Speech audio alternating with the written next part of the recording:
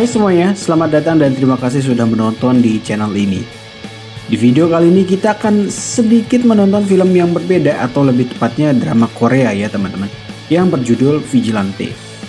Sedikit sinopsis dari drama ini yakni mengisahkan seorang pemuda bernama Jeong yang di masa kecilnya ibunya dibunuh oleh seorang preman, namun mendapatkan hukuman yang tidak sepadan hingga membuat Jeong memendam dendam. Hingga ia dewasa, ia melihat pembunuh ibunya berkeliaran dengan bebas, lalu Jeong memukulnya dengan sangat brutal hingga tewas. Sejak saat itu, Jeong menjadi memiliki dua kehidupan, di mana pada hari kerja ia menjadi mahasiswa di Universitas Kepolisian dan pada akhir pekan ia menghukum para kriminal. Namun aksinya tentu membuatnya menjadi buron dan menjadi incaran polisi. Udah segitu aja dulu deh biar lebih enak. Siapkan kopi dan cemilan sebelum menonton video ini karena 3, 2, 1 dan inilah Vigilante.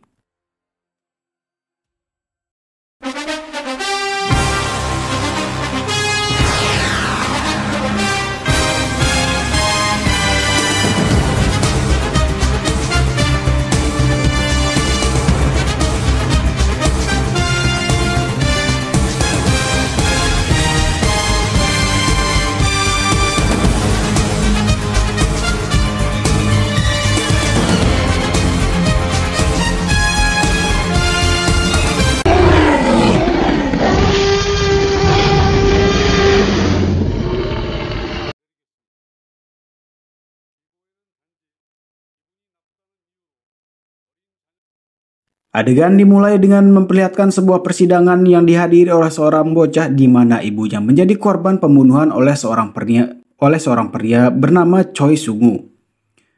Namun anehnya hukuman yang didapat oleh Choi hanya 3 tahun penjara hanya karena Choi mengaku tidak berniat membunuh dan menyesal telah berbuat seperti itu. Hal ini membuat si bocah tidak terima karena tidak sesuai dengan fakta.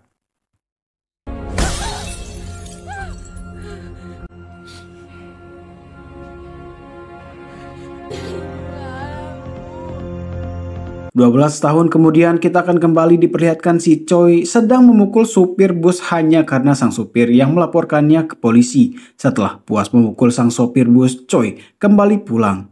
Namun di tengah jalan ia diikuti oleh seorang pria muda yang ternyata bocah si awal film tadi bernama Jeong. Jeong lalu dengan dendam yang selama ini ia simpan dan kesal mengapa seorang kriminal seperti Choi ini dapat berkeliaran dengan bebas kini memberikan pelajaran kepada Choi sampai dipulangkan ke arah lobi.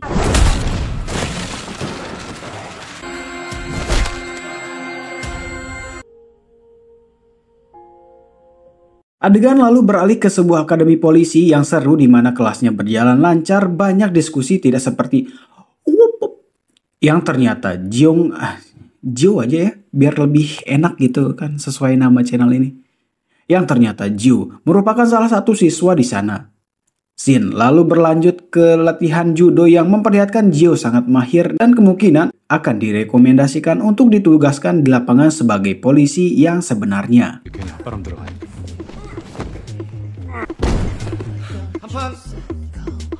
Sepulangnya Jio dari akademi, ia terlihat sangat peduli dengan sesama. Hal ini terlihat Jio yang sering membantu nenek-nenek pengepul kardus. Setibanya ia ke rumah, Jio langsung menonton televisi dan terlihat sebuah berita yang menyiarkan betapa bobroknya hukum di negeri tersebut, di mana para pelaku dihukum dengan hukuman yang tidak semestinya. Melihat itu hasrat pahlawannya pun keluar dan Jio pergi untuk mencari si pelaku. Di sisi lain kita akan diperlihatkan si pelaku yang sedang mengancam korbannya dengan kencing sembarangan di rumah si korban dan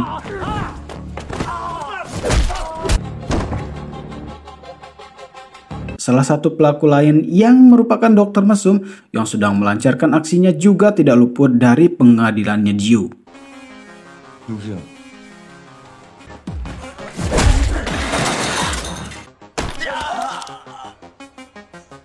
Adegan lalu beralih di mana kita akan diperkenalkan dengan seorang jurnalis perempuan bernama Choi Miryo yang mengetahui peristiwa pemukulan pelaku oleh seseorang semalam dan berniat untuk menjadikan itu sebagai topik utama siaran stasiun TV mereka.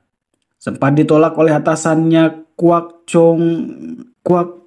Changyung, namun Dengan meyakinkan atasan dan dibantu oleh sutradara, ide Choi disetujui dan menamai topik ini dengan sebutan vigilante. Sedikit info kalau vigilante ini berarti sekelompok warga yang menegakkan keadilan dengan caranya sendiri, singkatnya main hakim sendiri. Scene lalu kembali ke Gio dan dua orang temannya sedang bermain basket. Berita tentang vigilante ternyata sudah meluas dan mereka sedikit berdebat tentang tindakan si vigilante, apakah dia orang yang baik atau orang yang jahat.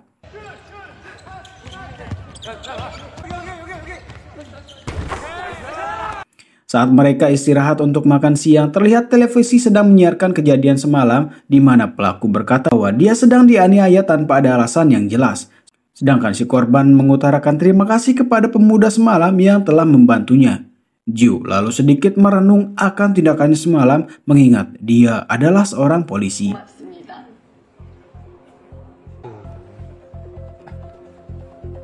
Keesokan harinya, Kwak dikejutkan dengan kantornya yang kebanjiran dengan panggilan yang bertanya perihal vigilante yang mereka siarkan kini viral. Tak lama Choi datang dan Kwak yang kebingungan dengan menanyakan kelanjutan topik vigilante ini kepada Choi. Choi lalu menjelaskan bahwa kasus-kasus vigilante ini selalu terjadi pada setiap akhir pekan. Dan Choi optimis akan ada pelaku lain yang diadili oleh vigilante.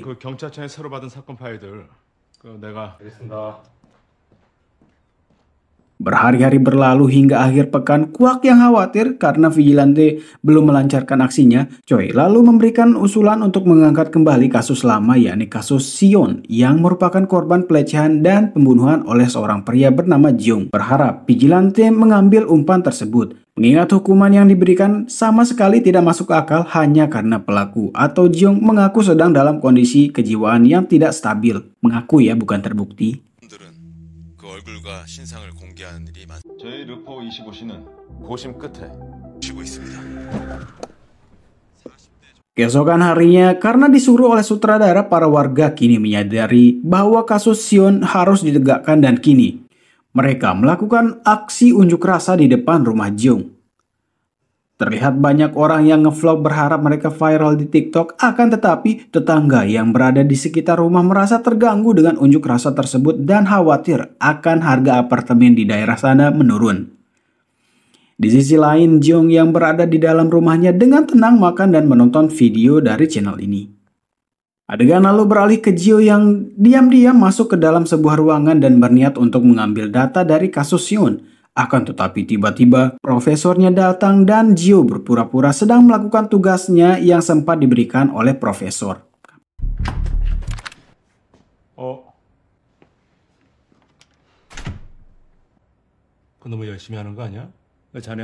Hingga malam tiba, kita akan kembali diperlihatkan Choi sedang menunggu pergerakan dari Jung si pelaku.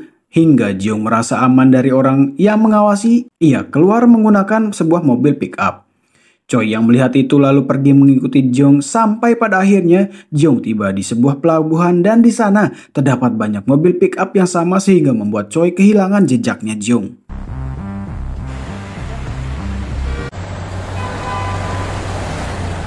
Keesokan harinya kita akan diperlihatkan seorang detektif kini berada di rumahnya Jung dan melihat identitasnya Jung yang ternyata seorang Korea Tiongkok.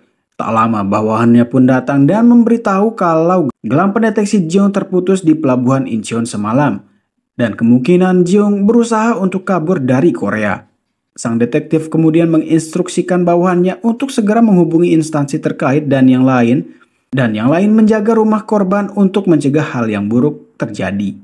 Sedangkan di luar sana sudah banyak reporter yang menunggu kejelasan dari pihak kepolisian yang telah membiarkan pelaku kabur dengan bebas.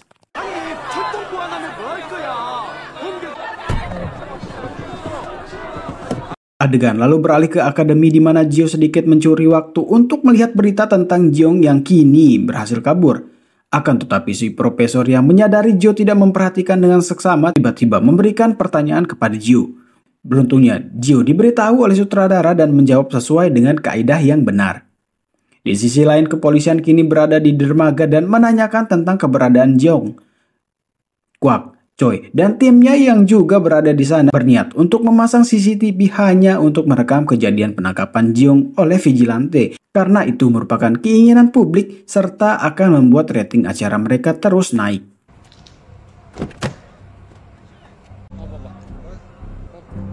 Hingga malam tiba, kepolisian terus mencari keberadaan Jeong, akan tetapi kapal yang berlayar terlalu banyak hingga membuat mereka kewalahan. Di sisi lain, polisi yang berjaga di rumah korban diminta untuk datang membantu unit yang di pelabuhan, akan tetapi saat polisi ini keluar, ia melihat seorang kurir yang mencurigakan. Dan 저기요, 잠깐만요. 헬멧 한번 올려보시겠어요? anjing, lagian ngapain dilama-lamain buka helmnya bro? Si kurir lantas memasuki apartemen tersebut dan ia dijegal oleh seseorang yang nanti kita akan lihat siapa. Di sisi lain, Choi sedang menganalisa sesuatu dengan kasus ini dan dengan fitrah dari sutradara ia menyadari sesuatu dan bergegas untuk pergi ke rumah korban. Para polisi yang melihat reporter ini yang tancap gas seperti ada sesuatu lantas mengikutinya. Kembali ke rumah si korban, kita akan diperlihatkan si polisi kini dihampiri oleh kurir yang tentu sudah berubah orangnya karena tadi diserang. Dan saat kurir membuka isi pesanannya, ternyata ia mengeluarkan pisau dan perkelahian pun terjadi antara polisi dan si kurir. Si polisi kini sempat tertusuk, akan tetapi ia sempat membuka helm si kurir yang ternyata Jeong itu sendiri. Mendengar keributan di luar, si korban keluar dan Jeong langsung mengalihkan serangannya ke si korban. Namun dengan sisa-sisa tenaga, si polisi berhasil membuat korban sempat pergi. Namun Jeong berhasil mengejar si korban. Saat si korban tersudut dan akan dieksekusi, tiba-tiba datanglah Jio atau si vigilante. Dan karena apa? Ya, karena ia pemeran utama, Jio dapat melumpuhkan Jeong dan menulis sesuatu di dinding dengan cat merah.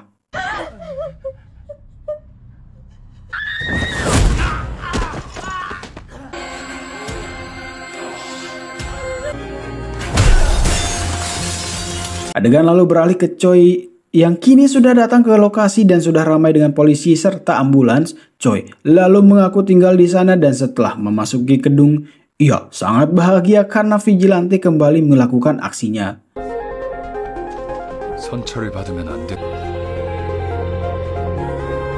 Setelah vigilante melakukan aksinya, menghukum Jeong dan tulisannya di dinding tersebar dengan tulisan yang artinya jaring surga. Di sisi lain, kepolisian kini tengah menyelidiki kasus ini karena rekaman CCTV tidak ditemukan di apartemen tersebut, yang artinya orang yang membunuh Jeong memang berniat membunuhnya, bukan karena tiba-tiba menolong korban. Sehingga kini vigilante ditetapkan akan ditelusuri lebih lanjut sebagai tersangka.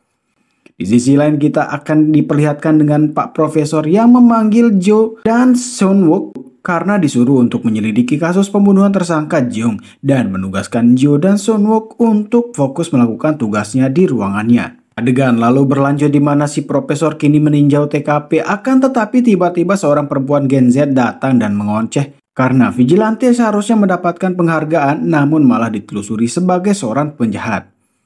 Padahal dia telah membantu korban yang sedang diincar oleh si pelaku atau Jeong. Di sisi lain, kini Kwak dan stasiun TV mereka diserang oleh netizen yang tidak setuju dengan siaran mereka yang seolah-olah mempertontonkan kejahatan sampai situs mereka over traffic. Selain itu, begitu banyak telepon yang masuk untuk meminta kejelasan dari acara mereka. Namun Choi meminta untuk tidak menanggapi mereka karena hanya akan menghambat pekerjaan mereka. Choi lalu memberikan saran untuk menyiarkan beberapa kasus hanya untuk memancing vigilante kembali beraksi.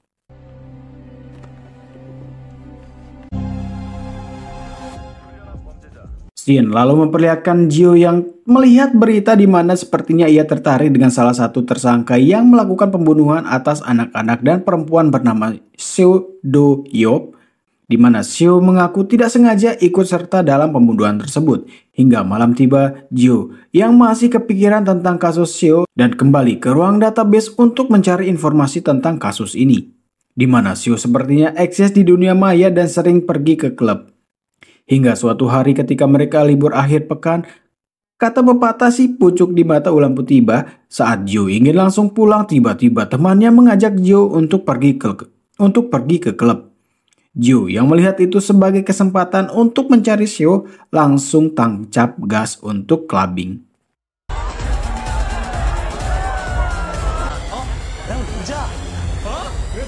Setibanya mereka di klub, benar saja di sana ada Seo yang sedang minum-minum dengan bahagia. Jio kini tidak berhenti untuk menatap Seo. Akan tetapi tiba-tiba Seorang gadis pun menghampiri Jio yang terpesona dengan ketampanannya, lalu mengajak Jio untuk berdansa. Karena si perempuan merasa tempat mereka terlalu ribut dan Jio yang selalu menatap ke arah Seo, si perempuan lalu mengajak Jio untuk pergi ke tempat yang agak sepi. Si perempuan lalu mengatakan, kenapa kau selalu menatap Seo? Apa karena benda ini? Si perempuan mengeluarkan sebuah permen yang bisa kita tebak adalah salah satu jenis narkoba dan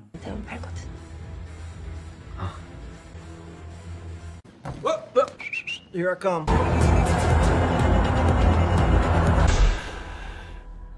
Saat Jio terbangun, ia langsung menyesali tindakannya semalam dan langsung kembali ke ruangannya. Namun Jio masih penasaran dengan si Seo, kemudian ia stalking akun dari si korban dan melihat video anak kecil yang malang yang menjadi korban kekejaman Seo. Jio lalu lanjut menggali informasi tentang kegiatan Seo yang ternyata seorang pengedar narkoba hingga pada suatu malam ia menemukan di mana tempat tinggal Seo. Di sisi lain kita akan kembali diperlihatkan Kwak yang khawatir karena vigilante tidak melakukan aksinya selama 3 minggu terakhir. 오늘은 좀 더 세게 가볼까요? Sien lalu memperlihatkan Seo kini tiba-tiba mendapatkan sebuah pesan di mobilnya yang menyuruh Seo untuk menyerahkan diri dan sebuah nomor. Seo yang panik lalu menyuruh temannya untuk memeriksa nomor tersebut yang ternyata sebuah nomor dari BNN di Busan. Saat Seo tiba di klub, ia kini didatangi oleh seorang pelanggan yang kemarin itu sama Jio yang berniat untuk membeli barang, namun tiba-tiba polisi datang dan ia lari terbirit-birit keluar dari klub tersebut.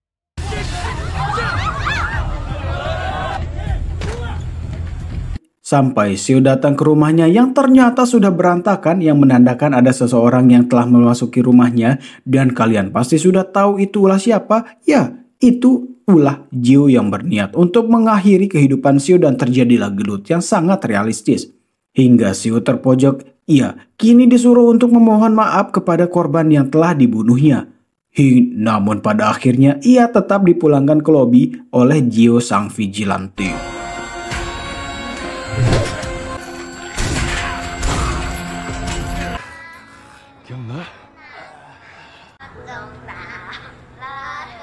Adegan lalu beralih ke kantor polisi yang menangani kasus vigilante ini, akan tetapi pemerintah membuat satgas untuk mengungkap siapa sebenarnya vigilante ini, di mana mereka akan bekerja sama dengan unit regional yang terkenal sering main kasar untuk mendapatkan jawaban dari kasus-kasus yang mereka tangani. Dan kita akan diperkenalkan dengan seorang polisi yang merupakan ketua dari unit regional bernama Jo Hyun, di mana kita akan diperkenalkan bagaimana Jo melakukan tugasnya untuk mencari informasi tentang kasus pembunuhan Seo dan bersumpah akan menangkap orang di balik nama vigilante. Dan vigilante episode 1 dan 2 pun berakhir.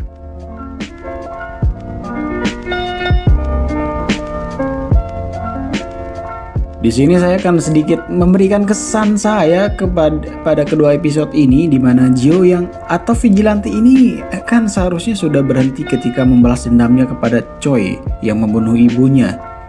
Akan tetapi ini media yang menggiring opini sih yang menjadikan Jio menjadi seorang vigilante hanya karena rating dan sponsor. Dan satu lagi, ini hakim memberikan keputusan kayak gimana gitu, putusan mereka seperti orang yang diberi suap seperti di negara